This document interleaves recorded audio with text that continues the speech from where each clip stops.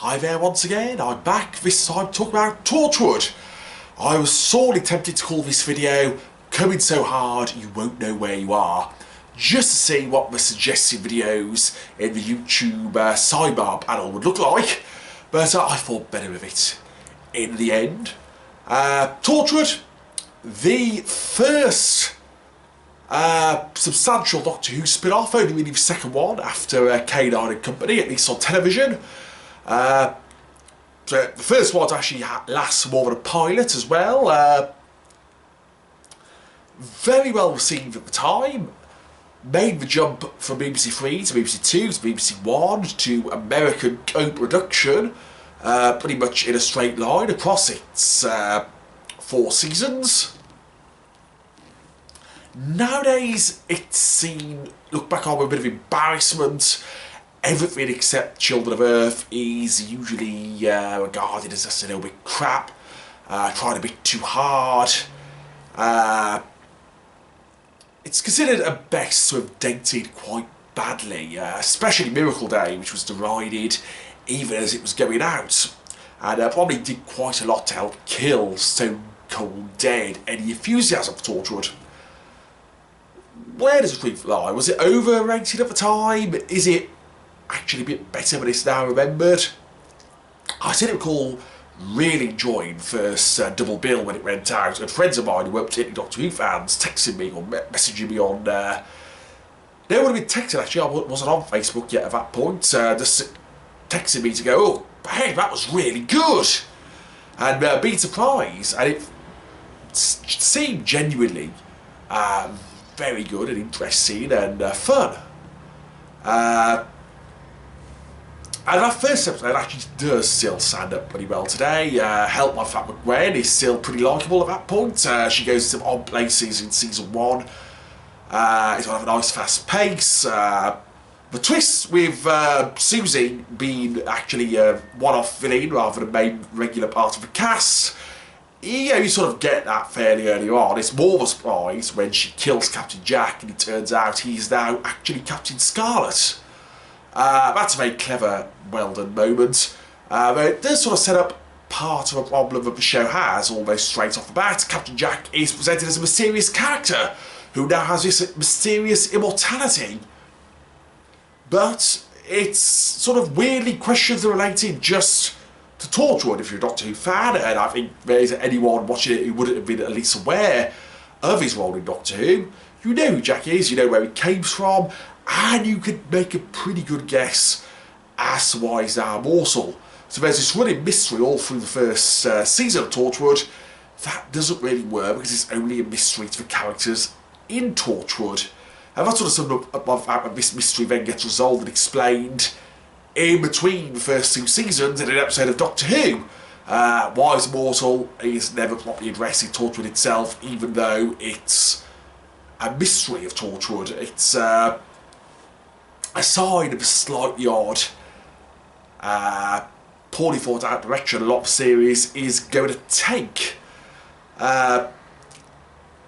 Most of the first season then this sort of settles down into being summed up as like the Buffy or Angel episode where I would say Out of Time, which is my personal favourite of the first season, is the only one that doesn't really fall into that category. They all do to a lesser or greater extent.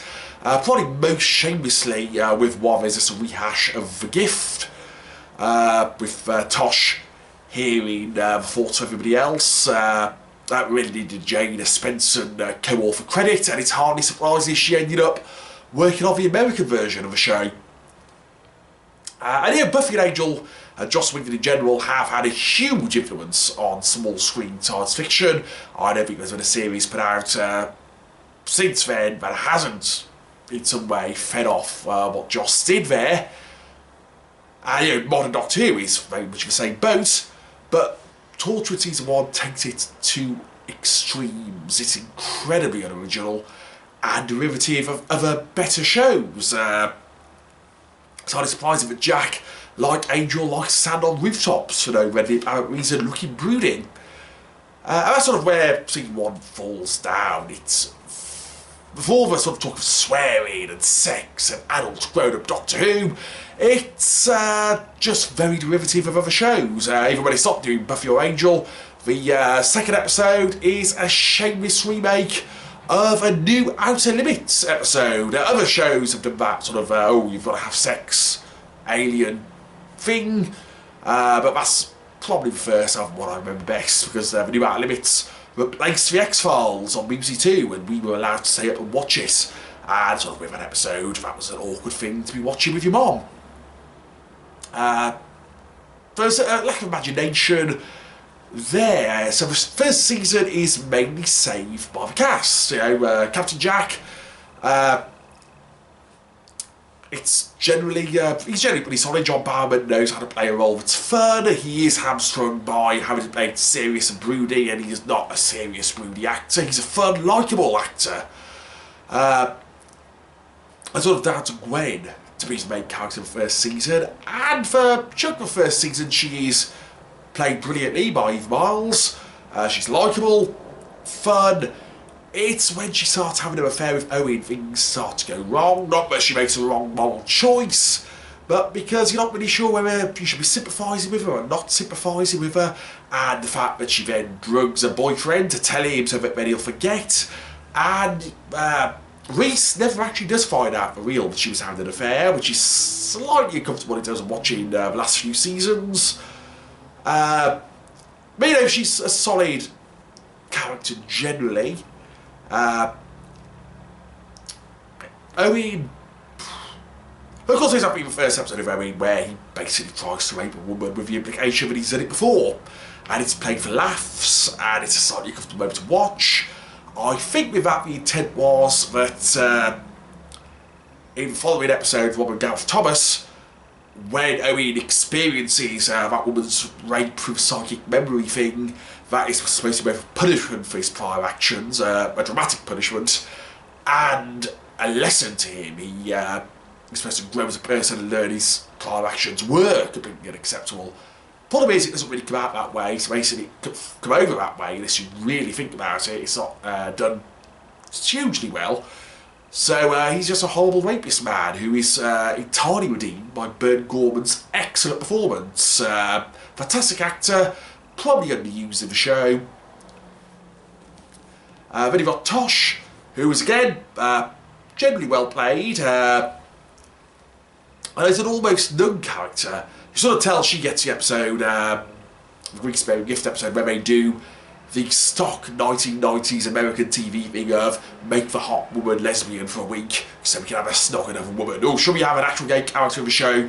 No, just have a stock a hot chick once and never do it again. That sort of Ally McBeal thing, which is a really strange thing for a show that has an omnisexual lead character to be doing, and it feels like it came about 10 years earlier. In fact, they felt they could do that with their character and it wouldn't damage or things seem odd for their character too much to have her suddenly be bisexual and then never mention his bisexuality again.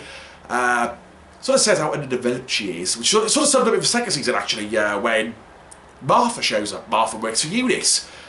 Tosh and Martha get along fine. Then a few episodes later, you find out that Tosh should be scared shitless of Eunice because they kept her in a cell for ages. As a prisoner. So there's sort of odd moments like that with her. Probably the least central character in the series as well. And Yanto is a bit of an odd character in that his characterisation gets completely jettisoned about halfway through the first season. Mainly because his backstory episode, Cyberwoman, is awful. It's a nadir of the entire series. This sort of thing where you watch that, and if anything, you go watch the clip of the author of that, Chris Chibnall, insulting Pip and Jane Baker to their faces on a old BBC programme around the time of Trial of the Time Lord, you would want to go find him and punch him repeatedly in his face. It's just, perhaps only thought, let's make a Cyberman sexy. Yeah, that's what people like about Cybermen, sexy Cybermen. And he's supposed to empathise with Yanto's plight and pain. This horrible thing that's been done to his girlfriend, was supposed to be dehumanising her, but she's wearing a sexy silver bikini. It is just an awful hour of television. No piece of TV that involves a hard-converted Cyberman fighting a pterodactyl should be that bad, but it is. And because of that, they basically just chuck away his quite reserved personality and he becomes the funny, sarcastic, well, gay, basically. Yeah, I know there's a line in Children Without Readers. They try and rationalise it with Simon and just going, no, I'm bisexual, stroke, only interested in Jack, but he's just a gay guy, effectively. The middle of season 1 with a completely different personality, which thankfully improves to no end. He's probably my favourite of secondary characters. He's dry, he's funny. Once they never mention it again, he doesn't have too much emotional baggage, because once we start ignoring Cyberwoman, very well played, has a good convincing relationship with Jack. Apparently they were planning to kill him off originally in season 1. I'm glad they didn't, because he just works as a character by the end of it. The supporting characters, Reese is great as sort of a home front. Does a lot in a fairly thankless role. PC Tom is fine. Basically a comedy character. It's kind of a shame he turns out to be madly in love with Gwen, which again I don't think gets mentioned after it's revealed again, so that's pretty thankful. But yeah, he's a decent supporting character. The cast are roughly speaking fine, it's just most of the stories they're put into. Sort of the attempt of a big, exciting end-of-world threat at the end of season 1 culminates in John Barrowman doing the hokey-cokey at the devil until it dies. It's a very odd moment of television. And when season 1 ends with you thinking, that doesn't quite work. Season 2 carries on in much the same vein. The whole thing about Jack's brother doesn't quite work because, as Philip Sandefur pointed out in his blog, what the twist with that there means is that you've set up the charismatic, watchable, brilliant James Masters as your main villain for season 2, and then the twist at the end is, no, it's not him, it's just some bloke who's quite a bad actor. Sort of kills the momentum there. And of course, as I said, season 2 is all about destroying the main cast of Torchwood and shutting it down, basically. Owen and Tosh get killed off. And there's sort of a sense of where can the show go from here with just the 3 of them? Is that enough to have a Scooby-Doo style investigation show? And it's clear that they may be killed off Owen and Tosh because they have run out of things to do with them rather badly. The season as a whole is just more of the same, oh, this is like that Buffy or Angel episode style stuff. I'd say after Out of Time, the 2 best episodes in the first 2 seasons, that's Russell T Davies. He's just messaging me to complain about me slagging off the show. The best 2 episodes in the first 2 seasons are the PJ Hammond ones. And it's basically a shame that he didn't get to do proper Doctor Who. Especially the first one, which took the adult concept of the series. And that's because it's about sort of a paedophile trying to pick up a girl with the notion of an evil, horrible child being played completely straight. She winds up an unreserved monster by the end of it. They still don't have any sympathy for her parents because they are pretty bad people. But except that is as well by the end. Now, that's something you couldn't do in Doctor Who, and that's more adult and growing up. Than just about anything the first 6 seasons of Torchwood manage. You know, adult in the sense of mature, not adult in the sense of, hoo-hoo, they said fuck, sort of a thing. Even then, it's basically that episode of Angel where the boy possessed by the demon turns out to be a bastard even when he's not possessed by a demon. But it's still a great episode, and his second one, the very sapphire and steely, people coming out of city film one, is just a nice spooky hour of television. Now, season 3, I didn't watch when it went out. I missed it. Only caught it up with this time with Blu-rays. I knew it was regarded as being by far and away the best of Torchwood. So I went into it thinking, well, it can't possibly live up to that reputation. My God, it's genuinely brilliant. Children of Earth is 5 fantastic, proper, legitimately brilliant hours of television. It may well be the best thing to come out of Russell T Davies' era of Doctor Who. I'm going to put my cards on the table here and say that unless something amazing happens in the next few years, it's probably going to be the best fit Doctor Who related thing Peter Capaldi has done as well. There's a again, mature in the sophistication sense of storytelling. It's weird, as I was watching, I was thinking this is an incredibly unsubtle attack on the current government and its austerity and having all of this together and whatever crap they come out with. And I had to think, no, this is before that. Labour was still in power at this point. And this seems such an unsubtle metaphor with the rich and powerful deciding the best way to deal with their problem is to get rid of all the poor and worthy children. It did slightly blow my mind that Russell Davies could have been that ahead of the curve in coming up with that. Especially for the man who gave us 45 minutes weapons of mass destructions in season 1 of New Who. I would not say normally he was a particularly insightful political commentator, but here, a few years later, it feels more relevant and more powerful than it may even have done at the time. And it's just the weight of the darkness is done with such conviction and straight as a straight line all the way through. So many powerful moments in it, culminating in Peter Capaldi's suicide with his family. That is an amazing moment of television. But it does sort of perhaps slightly show up the problem with it, sort of one problem with it, in that Torchwood themselves are kind of the only hindrance in there. This is a show that's about the John Frobisher character. He is the lead character in it. He's sent into hell through passiveness and just obeying orders. When he dies, that's basically the end of the programme. The resolution afterwards, it does the job. It's shock doesn't kind of work because you only just met Jack's grandchild in this story. You basically been asked to care about sacrifice for a plot device, and that doesn't really quite work. But it's a perfectly fine resolution. It's just not as powerful as the actual moment of climax in that bedroom door shuts. But even with the Torchwood team themselves slightly dragging it down and almost seeming a bit silly in the context of the rest of the drama, when you've seen an indestructible man you can blow up and will instantly get better every time. That almost seems out of place there. But yeah, even with that, that is still an amazing miniseries.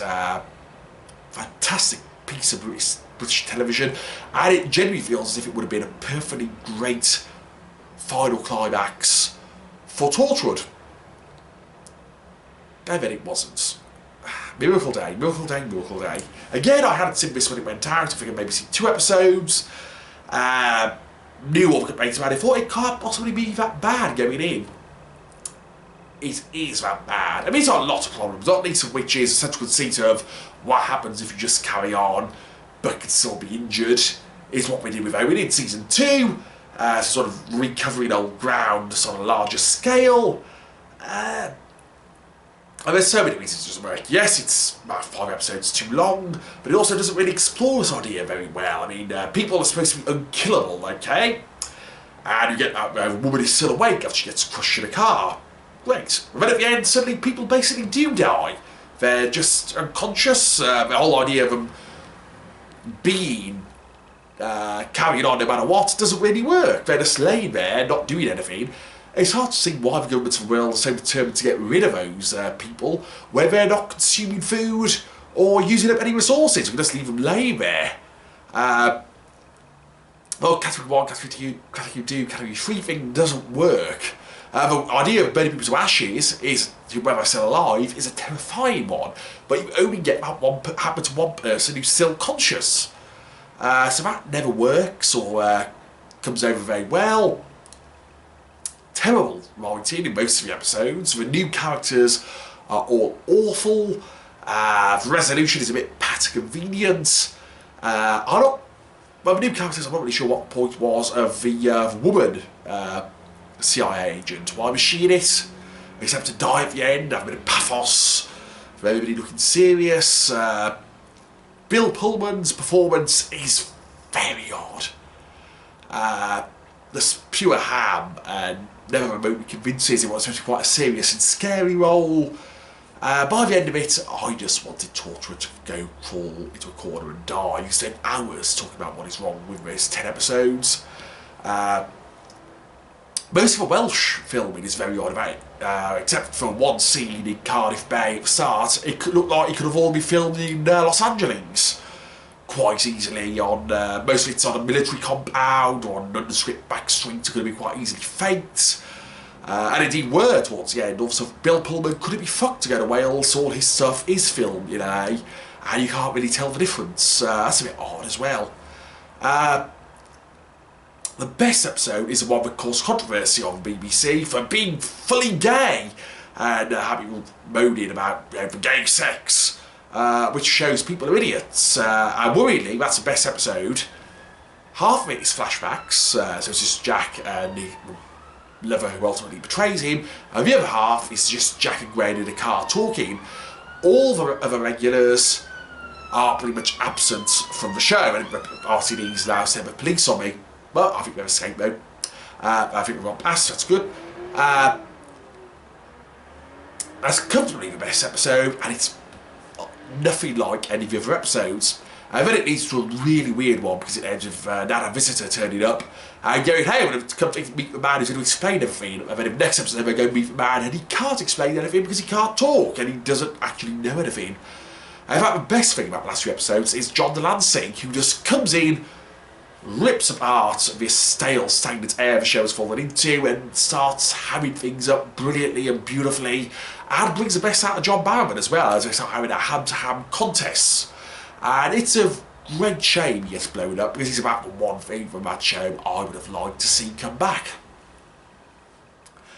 It's got a ton of shame that's looking increasingly likely that's to be the last we are going to see of Captain Jack on television. He's nearly brought back once for the Matt Smith era. Couldn't do it because it was doing Miracle Day instead. I think it's best to just look as the end of Children of Earth as his properly send off. It is incredibly hard to imagine Miracle Day as canon Doctor Who, despite some of the references to Doctor Who within it. There's like a months where people don't die. Apparently, if you pay attention to dates, the Impossible Astronaut for stuff set in America happens during Miracle Day. That doesn't seem very likely, does it? Can you imagine the Sarah Jane Adventures? Everybody being surrounded by piles of undead corpses in that show. So I just said we'd go with it being a non-canon adventure myself. While we should all pretend, I think everybody does pretend it never happened. If somebody made a reference that completely contradicted the existence of Miracle Day, I think that's one of the few bits of broadcast Doctor Who nobody would care about. In many ways, it's like the Australian K9 show. We don't care. But with Torchwood, that leaves you 4 seasons with one absolutely brilliant season. On the other hand, is it really deserving to be called a failed show? 4-year run, not bad for any TV series. And the BBC's attitude towards it did seem a bit strange towards the end of that. It was very popular on BBC 3, became popular on BBC 2. Then they seem to become strangely reluctant to make any more of a successful show. Down really to just 5 episodes of season 3. And insisted on American co-production for season 4. That's just slightly odd. Again, it worked with Children of Earth, but they still seem almost embarrassed of a show that did very well for them. Almost the old dislike science fiction showing through there. Overall, I would say Torchwood is worth it for Children of Earth. First 2 seasons, though, have not aged well. They have dated more badly than the contemporary episodes of modern Who have. Almost worse than the first Chris Eccleston season has, where nobody knew quite what they were doing. I think that's mainly because it is looking backwards to those 90s shows, and it isn't looking forward. Children of Earth doesn't manage to do that. Pretty much any season of the show it does. That's why it still stands up. That's why it's comfortably the best. The others are trying too hard to be 10-year-old television at the time they were made. Another 10 years on top of that, and it's just very dated. I do not think I will be watching anything except Children of Earth again, except as part of another complete Doctor Who marathon, and that is a shame. But it's nice that various members of the cast have gone on to do other things. Bert Gorman shows up unexpectedly in the odd Hollywood film. John Barrowman's got Arrow. Eve Miles has an odd occasional BBC 2 sitcom, and the other 2 occasionally pop up here with various things, even if not always that often. Clearly the cast are best figured it, they deserve to have gone on and done either as well as they have or better, but otherwise Torchwood is a bit of a failure overall. It's a bit of a downer, isn't it? But my next Doctor Who related video will be the Sarah Jane Adventures one, and that will be a much more upbeat end to my thoughts on the various strands of Doctor Who. Before that will probably be my post-auto assembly video. So do look after yourselves, take care, and I hope you'll all come in so hard you won't know where you are.